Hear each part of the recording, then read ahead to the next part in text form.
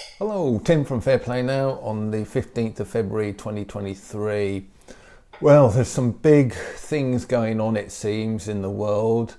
First of all, closer to home here in the UK, Scotland's First Minister Nicola Sturgeon has resigned. I don't know how happy you are with that news. If you're watching me, you probably are very happy because she was one of the worst tyrants during the whole Lurgy period, taking great delight in all of the restrictive measures. Apparently she absolutely loved the muzzles, and that's why Scotland hung on to the things for so much longer than we did down here in England. And so I'm sure many people are not at all sorry to see the back of her. And of course she follows pretty hard on the heels of fellow female despot Jacinda Ardern down there in New Zealand, who of course also departed. And it just makes you wonder what's going on. Are these people sort of getting hounded out by the good guys, as it were, or are they leaving or being forced out because they know the writing's on the wall and trying to get away from it? Or maybe it's so the incoming people can say when everything does come out, and it's quite a good indicator that things might be coming out, everything might be coming out very shortly. So the new people who have taken over can just turn around and say, oh no, it was those people who have gone now, nothing to do with us. We sort of opposed Ardern and Sturgeon all the way through. So no idea what's going on there really. I'd say it's probably one of those scenarios I've mentioned. So there's a lot of other things going on as well, isn't there? Bizarre things. Of course, we had the big earthquake there in Turkey stroke Syria, and well, yeah, a tragic event, of course, but there are quite a lot of people saying that it may not have been quite what it seems, what these things normally are. And they cite things like Turkey, literally a week before the earthquake happened, opposed a NATO vote to expand NATO's reach, kind of thing. A couple of countries wanted to join NATO, and apparently Turkey opposed it. And also apparently just before it happened, quite a lot of countries withdrew their senior diplomats out of the country in quite a few areas. So yeah, it kind of makes you wonder if these people coming out with these things have got a point or not. Got no idea really. I'm just reporting on what I'm hearing, not going to comment on it any more than that. But we do move on to the Ohio thing, the train derailment and spillage of a huge amount of toxic chemicals all over the place, which apparently isn't being reported on nearly as much as the locals think it should be, because it's a lot worse than what the mainstream media are saying apparently over there. But again, bizarre things, bizarre coincidences have happened on that front as well. Apparently, so I'm hearing, there was a Netflix series, can't remember what it was called, but it came out about 9-10 months ago, and believe it or not, it was about a train derailment that spilled a lot of toxic chemicals in Ohio, and apparently the people in the same kind of vicinity were used as extras for this film or sort of TV program. So kind of what are the chances of that? I just don't know. I just do not know what is going on there, but there just seems to be a lot of things happening, and it just all ties in with a lot of other things that are going on as well.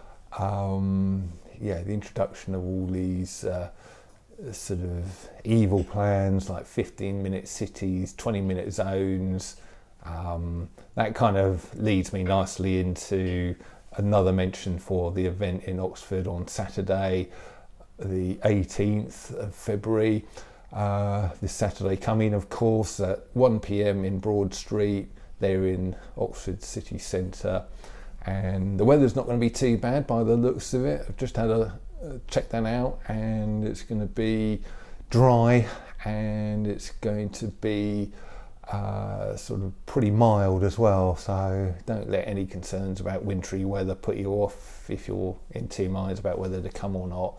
So I think it's going to be epic. I think there's going to be a really, really great turnout. So if you're going to that, I'll see you there.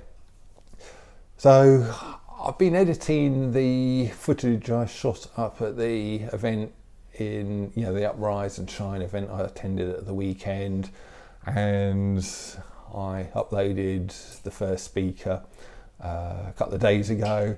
The speaker whose footage I was editing last night asked me while I was doing the filming not to upload it anywhere for a couple of months. I can't remember the reason why, but I'm going to respect his wishes. But I should be able to do that hopefully. I think he said the end of March, so I'll probably have to do it then. But I will sort of be putting up some of the other speakers eventually as well. But I'm sure I can relate to one of his stories. A lot of the stuff he was saying, this second speaker was saying, is how we are very much psychic. We've got psychic abilities, and which have been very much suppressed and forgotten, but we do have it innately in all of us. And then he was saying it's not just humans, animals have psychic abilities as well.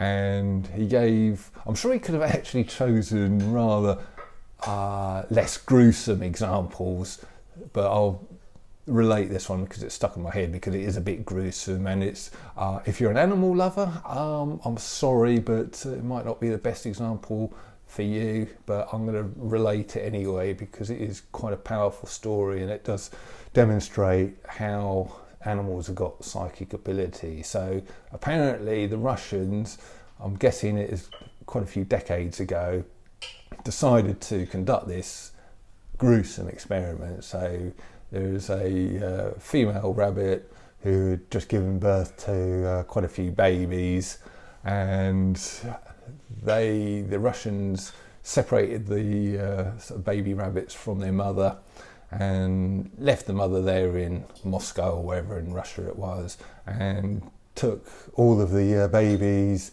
down in a submarine pretty much on the other side of the world, right down to the bottom of the ocean, so pretty much as far away from the mother as they could get.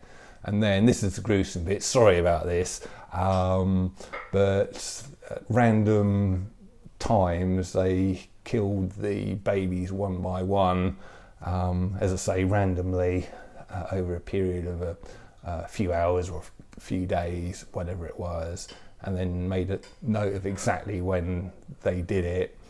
And when they got back and compared notes to scientists who were with the mother, who had the rabbit hooked up to the sort of brainwave machinery, I suppose it was, they found out that at the exact time that the baby rabbits were killed, there was a spike in the mother's brainwaves. So I found that, it's not the nicest story in the world to relate. Very sort of gruesome, really, but it was a powerful story, so it stuck in my mind, and it just shows you that animals are psychic. And as this guy said, if you didn't think you were psychic, do you really think that rabbits have got more psychic ability than you have? Probably not would be the answer to that. So I thought I'd just relate that story just to round this episode off, this footage for today off. And I don't know what you think about our psychic abilities, our spiritual abilities, our sort of link to God, and you know, how you feel on all of this kind of thing. I'd be interested in reading your comments in the comment section below.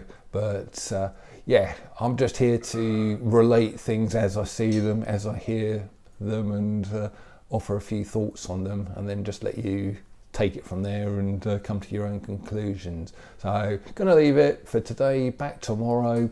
Tim from Fair Play Now. Thanks for watching.